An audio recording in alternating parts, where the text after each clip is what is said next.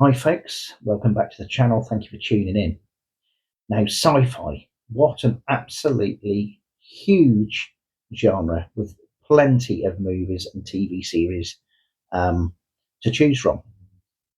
You've got everything from obviously cult classics, legendary, groundbreaking sci-fi films, and you've also got some real stinkers.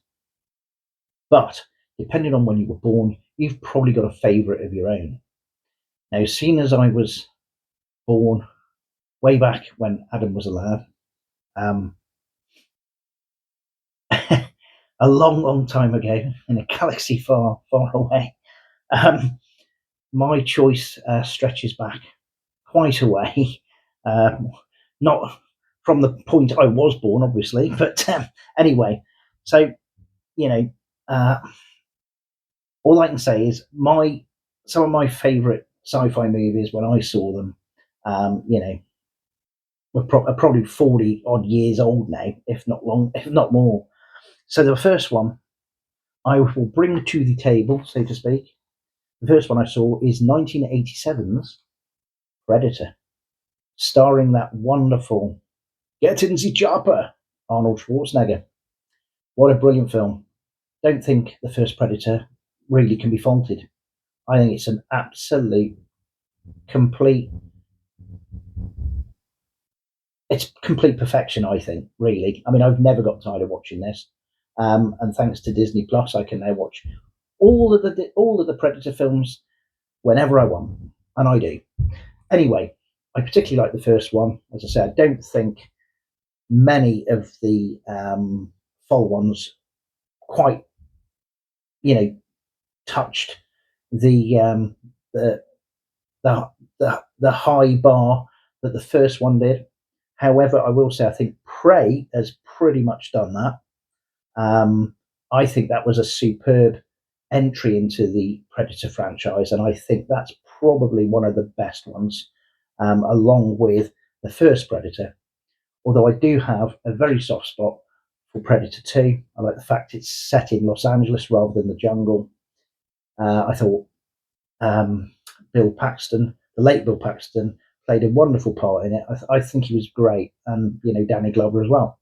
So all in all, Predator, my all-time favourite alien.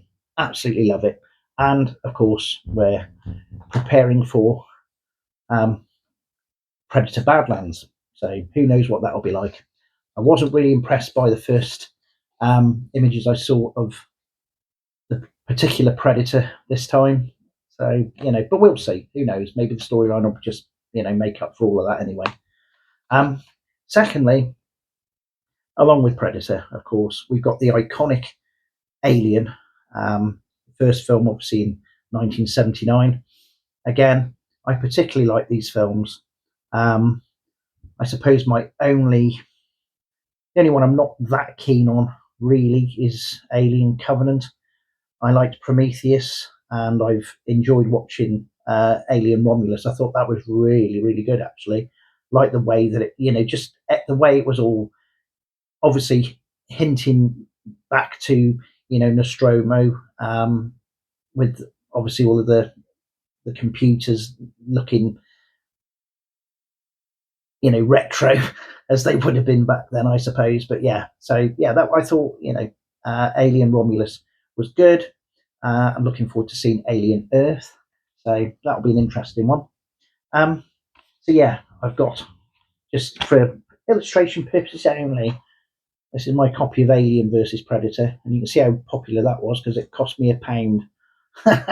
However, I like them actually. I do. I really do like both of the AVP entries in the franchise. So but anyway, so yeah, Alien, another of my all-time favourites. One that causes division, I'm afraid. I particularly like it. Some people absolutely hate it, and it is Stanley Kubrick's 2001: A Space Odyssey. I like it. I do. I got to be honest. I don't know what it is about it. I do like the classical score on it. I like the fact that a lot of the effects were ahead of their time. You know, they didn't have lots of rocket engines blasting here, there, and everywhere. The reality of how quiet it is in space, that it doesn't carry sound, was good. Considering it was made in '68, I think it's a bit of a masterpiece personally. Other people think it's boring. Fair enough, isn't it?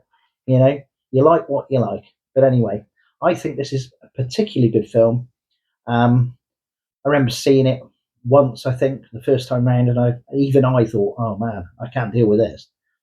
And then I saw it again. I got the DVD and I thought, you know what, I really do quite like this. So I just invested a bit of time in it, and I thought, actually, yeah, it appeals to me. I like that sort of thing, Anyway, 2001: A Space Odyssey. Right.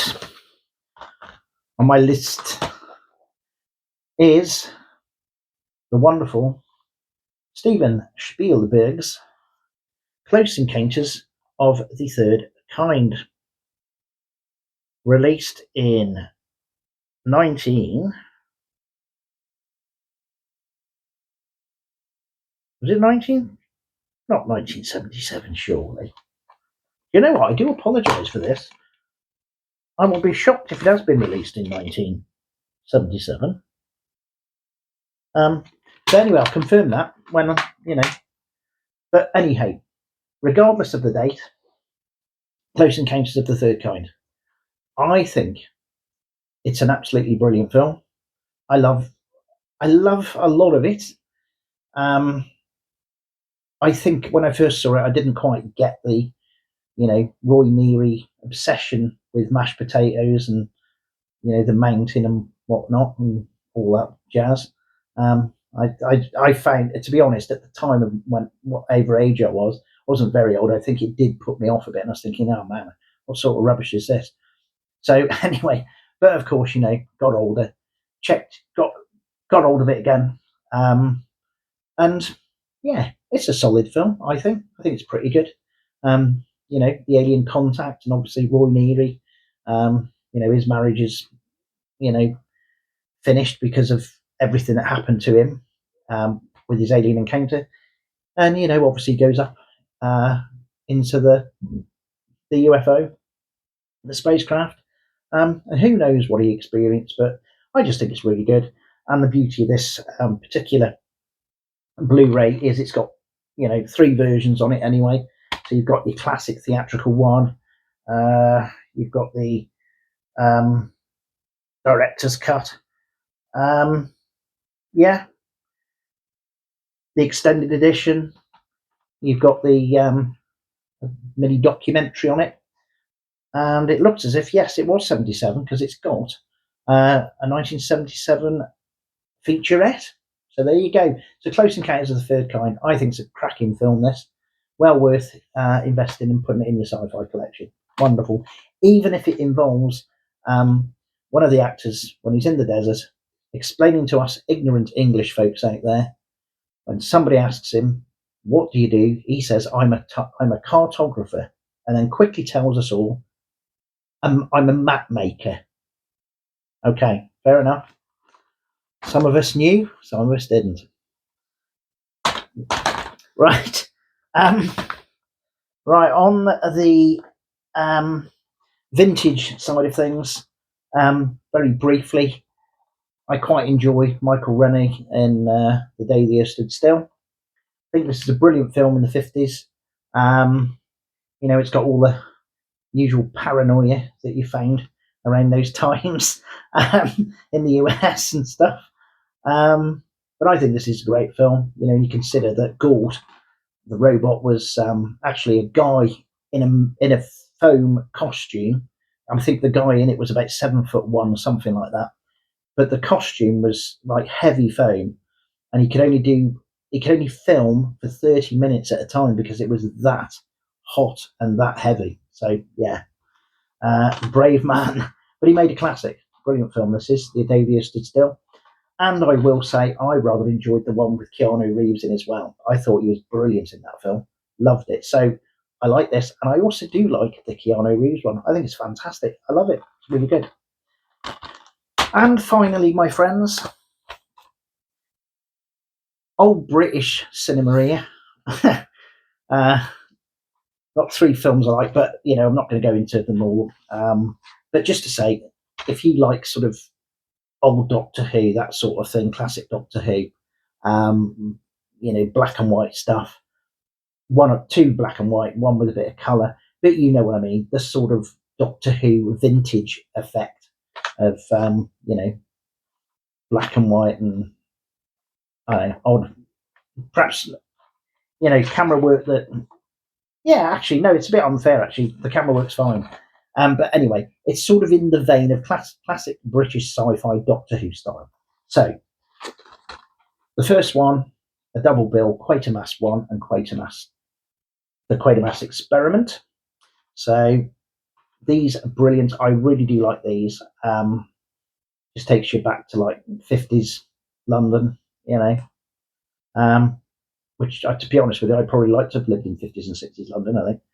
But anyway, Quatermass 1, Quatermass Experiment rather, and Quatermass 2, both excellent vintage British sci-fi, starring the American actor Brian Donlevy as Professor Bernard Quatermass. And then, of course, in '68, Hammer released another Quatermass film called Quatermass and the Pit, and this is Andrew Keir, Scottish actor, father of Julie T. Wallace, who was in The Lives and Loves of a She-Devil, if you've ever seen that. And he plays Professor Bernard Quatermass this time, when what appears to be an unexploded bomb on the rebuilding of an underground tube station is in fact an alien craft. Anyway, so there you have it, sci-fi buffs, as the DVD falls to the ground. My selection for classic sci-fi that I enjoy, where do you start? I could pick a load of different stuff. But anyway, that's my selection for now. Hope you've enjoyed the video. Thank you for watching. Let me know what your favourites are. Until next time, stay safe and bless you all.